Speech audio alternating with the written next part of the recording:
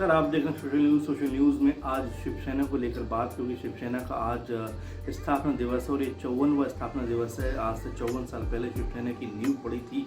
आज जो महाराष्ट्र में सत्ता में है और पहली बार शिवसेना से कोई उनका नेता या कोई उनके का सदस्य सीएम पद की पोस्ट पर विराजमान है, क्योंकि बाला साहब ठाकरे ने कभी भी पॉलिटिकली तौर पर अपने आप को प्रेजेंट नहीं किया। हालांकि सामाजिकता में देखें तो उनका जो है कद काफ़ी ज़्यादा बड़ा था महाराष्ट्र में और ख़ासकर मुंबई में, लेकिन उन्होंने कभी भी पॉलिटिकल इंटरेस्ट की तरफ ध्यान नहीं दिया। लेकिन जिस तरह से पिछले इलेक्शन में आदित्य ठाकरे जो उद्धव ठाकरे जो सीएम है उनके बेटे हैं, उन्होंने भी चुनाव लड़ा और जीते। इसके बाद उद्धव ठाकरे सीएम बने। पहली बार ऐसा हुआ कि शिवसेना से कोई जो है परिवार का, बाला साहब ठाकरे परिवार का कोई व्यक्ति पॉलिटिकली पूरी तरह से सामने निकल कर आया और ये जो है चेंजेस 54 साल में पहली बार देखने को मिले। और इसी को लेकर अब जो प्रियंका चतुर्वेदी हैं, जो शिवसेना में शामिल हो गई थी कांग्रेस से निकलने के बाद या वहाँ से कांग्रेस पार्टी को छोड़ने के बाद, उन्होंने भी कहीं ना कहीं बधाई देते हुए नजर आई हैं कि जो 54वां स्थापना दिवस है, 54वां जो एक वर्ष उसकी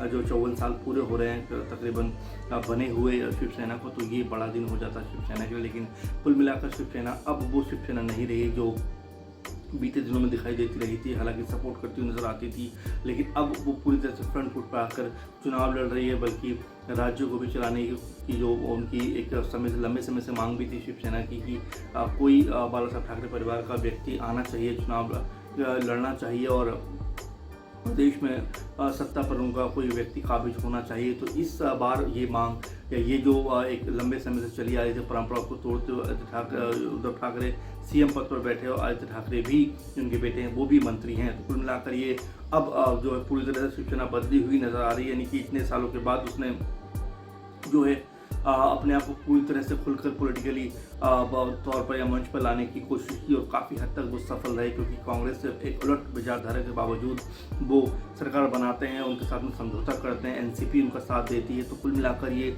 जो ट्रायंगुलर है उसको कायम रखने में, उसको बनाने में उद्धव ठाकरे की बड़ी भूमिका है और वो लेकर साथ चलने की कोशिश भी कर रहे हैं। क्योंकि लगातार जब देखा कि जब बीजेपी और शिवसेना एक बार फिर महाराष्ट्र में विधानसभा चुनाव में साथ मिलकर लड़े, लेकिन उसके बाद आपसी जो सीएम पद को लेकर जो चीज़ें शुरू हुई, उसको लेकर जो रार बढ़ी, तो आखिरकार वो ये गठबंधन टूटने के साथ ही ख़त्म हुई। तो कुल मिलाकर अब उद्धव ठाकरे राज्य के सीएम हैं, उनसे जनता उम्मीद करती है, लोग उम्मीद करते हैं कि कुछ बेहतर काम वो करे, ताकि जो शिवसेना है वो महाराष्ट्र में और ज़्यादा मजबूत हो। और कहीं ना कहीं वो सारे तबकों को लेकर चलने की कोशिश करते हुए नजर आ रहे हैं। लेकिन हाँ, कोरोना के वक्त में अगर सबसे अधिक केस देखें तो वो भी महाराष्ट्र यानी कि मुंबई में ही नज़र आते हैं। तो कुल मिलाकर कुछ चुनौतियां हैं शिवसेना सरकार के सामने, लेकिन कैसे वो उनका मुकाबला करेंगे, कैसे वो उनका सामना करेंगे, ये देखना काफ़ी दिलचस्प होगा। लेकिन कुल मिलाकर आज 54वां दिवस है और प्रियंका चतुर्वेदी ने जो अब शिवसेना की नेता हैं, उन्होंने भी बधाई देते हुए कहा है कि शिवसेना को इस तरह से आगे बढ़ते रहना चाहिए और उन्होंने इसको बधाई भी दी है। तो कुल मिलाकर आप क्या सोचते हैं शिवसेना के बारे में कि जिस तरह से शिवसेना निकलकर सामने आई है वो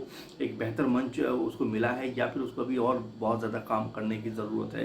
तो आप अपने कमेंट बॉक्स में लिखकर ज़रूर बताइए, ताकि हम उन आने वाले दिनों में प्रोग्राम कर सकें और आपकी जानकारी हम तक पहुँच सके, आपके विचार हम तक साझा हो सकें। और लगातार आप इस तरह देखते रहिए सोशल न्यूज़। नमस्कार।